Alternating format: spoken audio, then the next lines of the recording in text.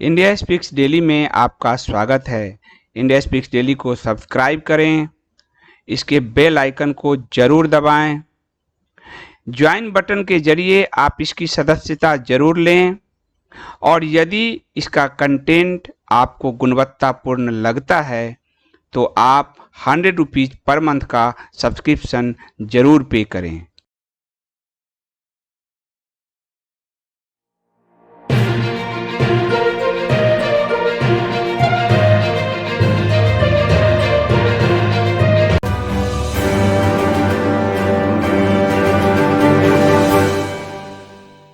नमस्कार।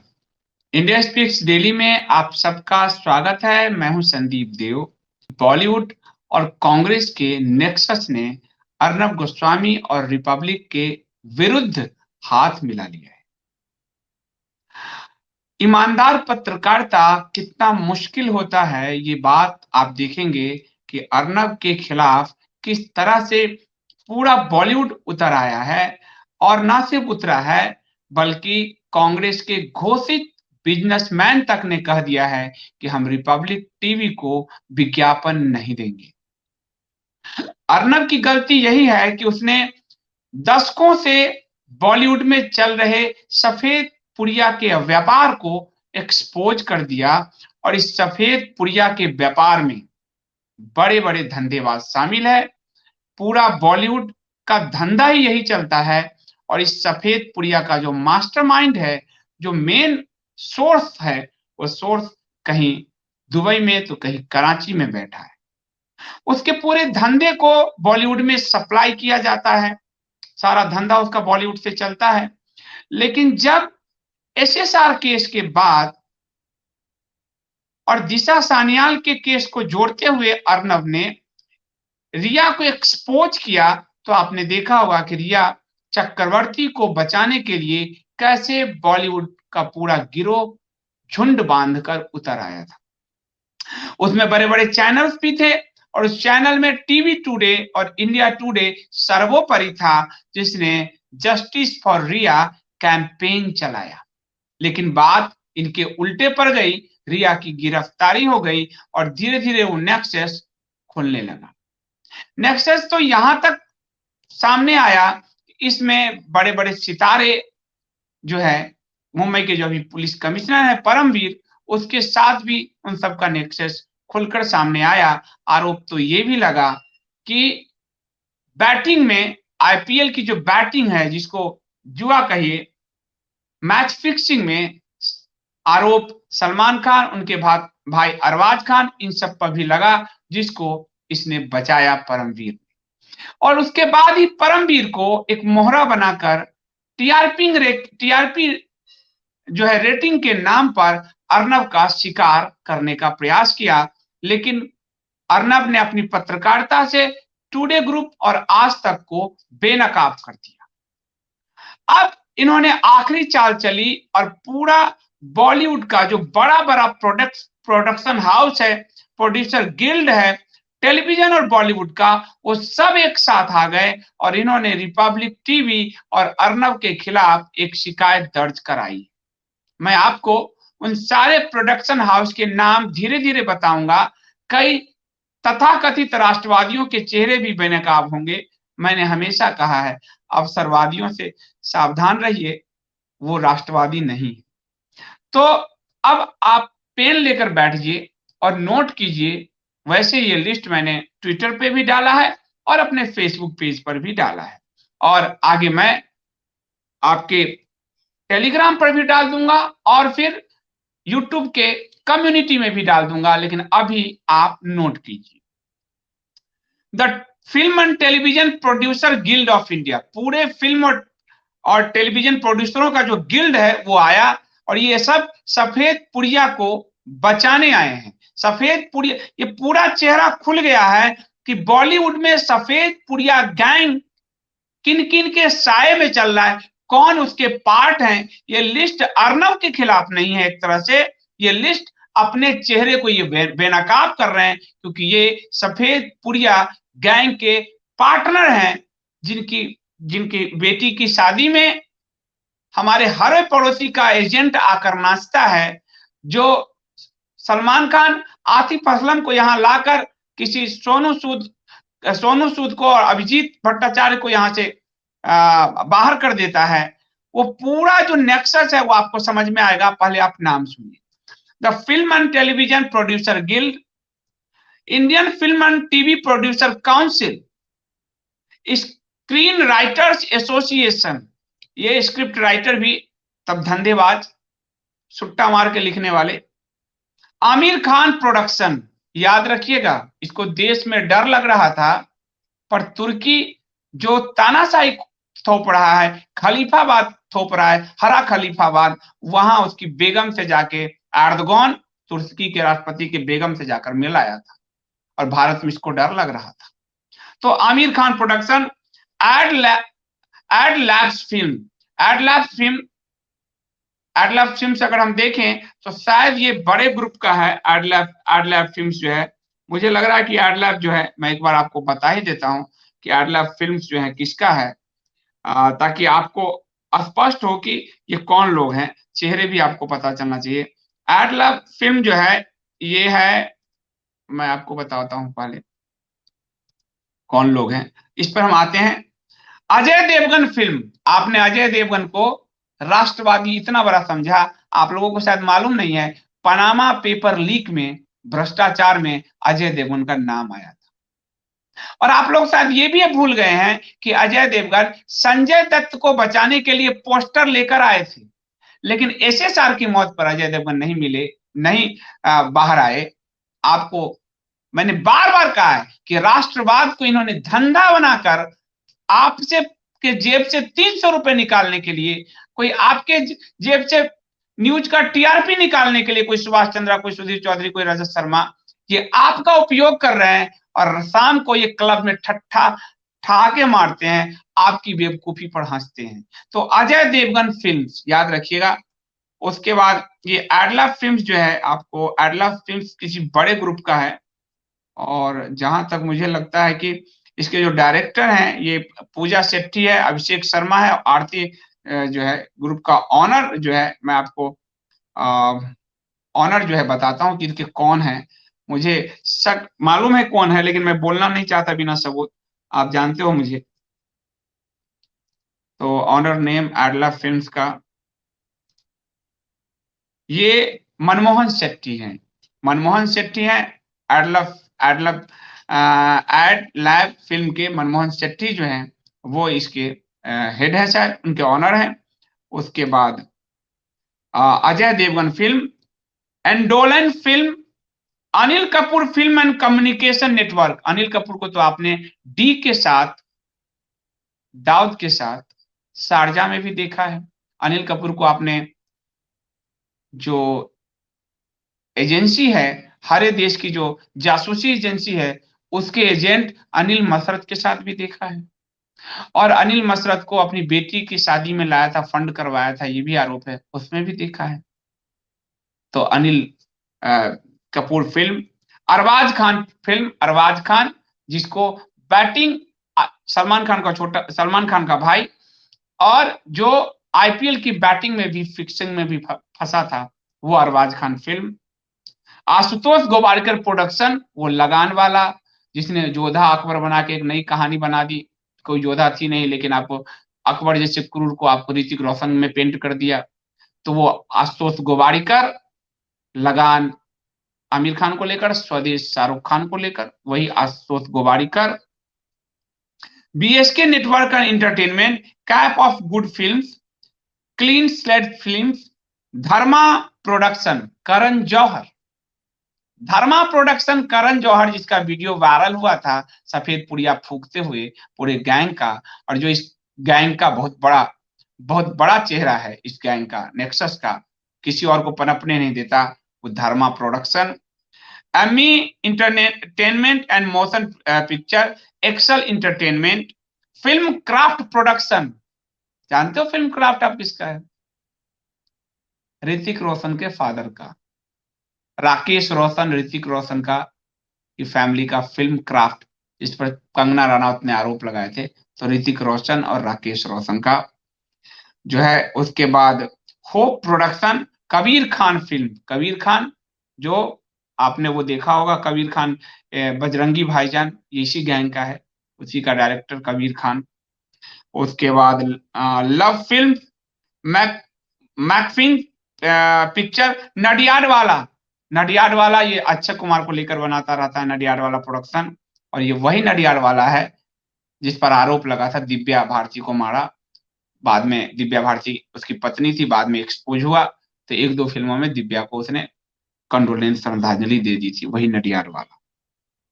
One India story, RS entertainment, Ramesh Sippy, Sholay से लेके, और यही बुनियाद, बुनियाद जो आप टीवी में देखते थे, और शोले, रमेश सिप्पी इंटरटेनमेंट, याद रखिएगा, जहां शोले में उस जमाने से इस जमाने तक। राकेश ओम प्रकाश मेहरा, वही रंग दे बसंती आमिर खान को लेकर मोमबत्ती गैंग की जहां से शुरुआत हुई। राकेश ओम प्रकाश मेहरा जो दिल्ली 6 बनाया, इस तरह की जो फिल्म बनाया है, वही Rakesh Om Prakash Mehra. Red chilli entertainment, Shahrukh Khan, Gauri Khan, red chilli entertainment, Shahrukh Khan, Gauri Khan, और शाहरुख खान तो इन सबका मास्टर है, बादशाह है, उसी गैंग का, धर्मा प्रोडक्शन है सब गैंग का।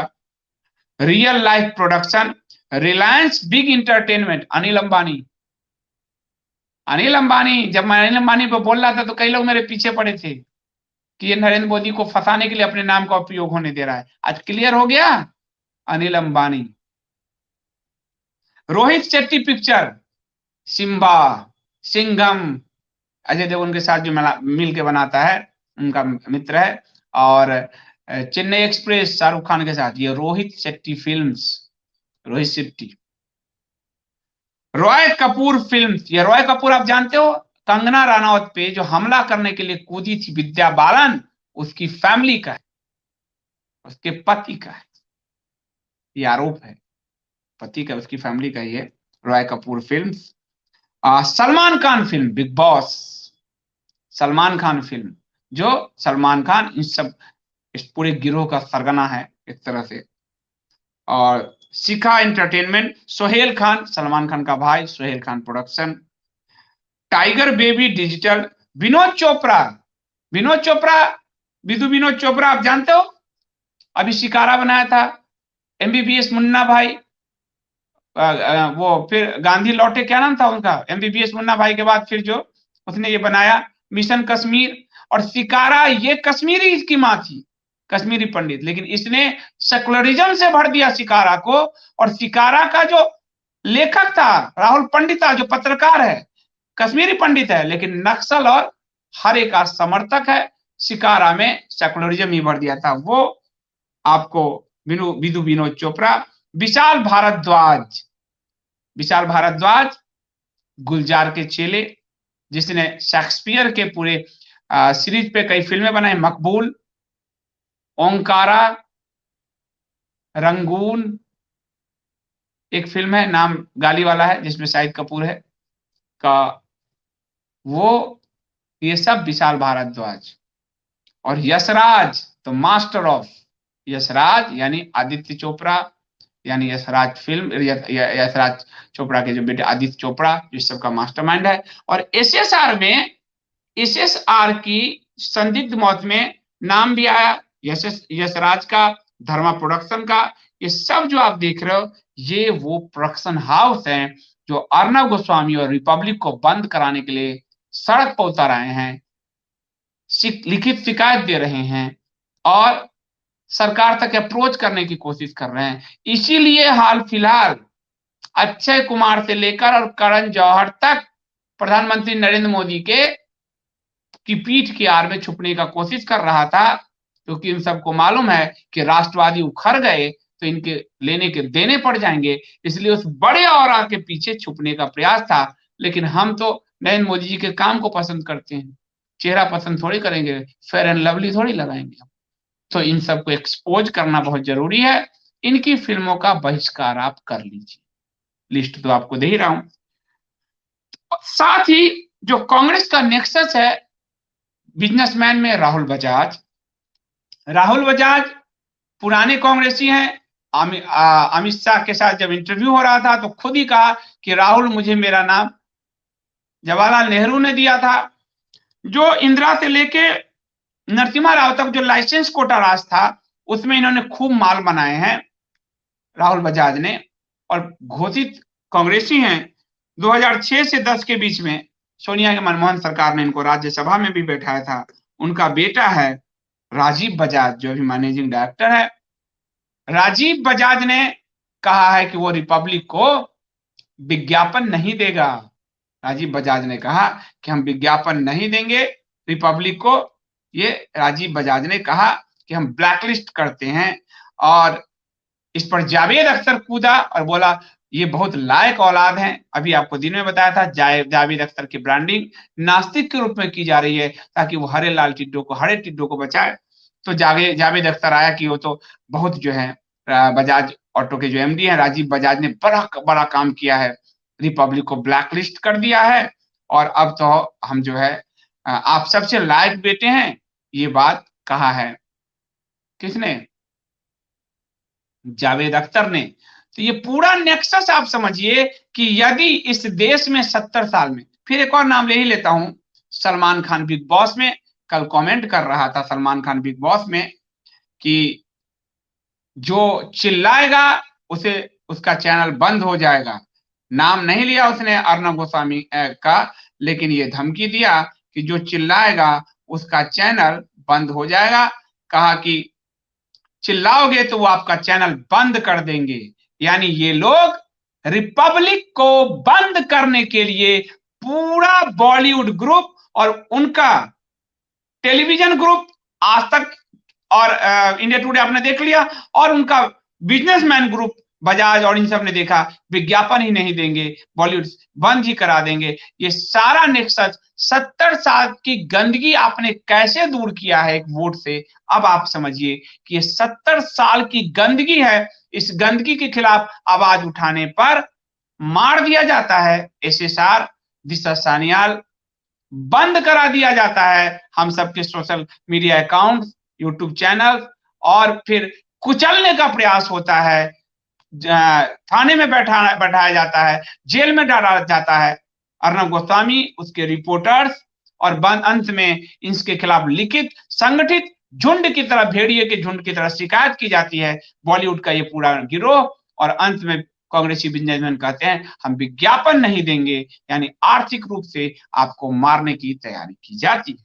ये पूरा कांग्रेस का नेक्सस खड़ा किया हुआ है जिसमें अरुण पुरी से लेकर राहुल बजाज तक, सलमान खान से लेकर शाहरुख खान तक, आमिर खान से लेकर अनिल कपूर तक, अजय देवगन से लेकर करण जौहर तक, यशराज फिल्म से लेकर आदित्य चोपड़ा और यशराज फिल्म से लेकर एड लैब तक, अनिल अंबानी से लेकर मनमोहन सेठी तक, बड़ा पड़ा है ये ऐसा ताकतवर नेटवर्क है कि इसको जिसने चुनौती दी ये उसको मार डालेंगे, उसको बर्बाद कर देंगे, उसको नष्ट कर देंगे। यही इन सब की असली फितरत है। 70 साल की गंदगी है ये लोग। इस गंदगी को साफ करने के लिए दोस्तों हमें गटर में उतरना होगा, और गटर में उतरना है यानी साफ इनको इनकी भाषा में जवाब देना होगा।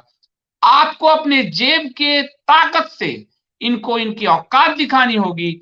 आज अक्षय कुमार लक्ष्मी बॉम्ब पे आया एसएसआर पे बात करने, जून में एसएसआर की मौत हुई थी, तब तक नहीं बात किया।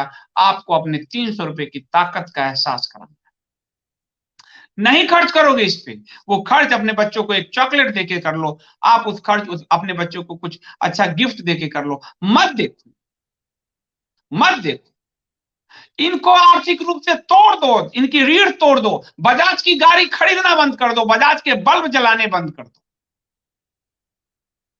बजाज के साबुन यूज करने बंद कर दो, तेल बंद यूज करना बंद कर दो। आप जब तक आर्थिक हथियार इस्तेमाल नहीं करेंगे, क्योंकि आपके पास वही हथियार है, एक वोट का हथियार, एक आर्थिक हथियार, इसका जब तक आप इस्तेमाल नहीं करेंगे, ये एलिट क्लास, कांग्रेस के गंदे नाले में उतरने वाले ये एलिट क्लास आपको जीने नहीं देंगे। और जो लोग आपके पक्ष में आवाज उठाएंगे वो आपको उसको नष्ट कर देंगे। आप 2 दिन मातम मनाओगे, फिर कहोगे रिपब्लिक नहीं कुछ और देख लेते हैं, यूट्यूब चैनल संदीप देव का नहीं किसी और का देख। लेकिन उससे बात नहीं बनेगी, बात तो ताकत से बनेगी और वो ताकत आपको दिखाना हो।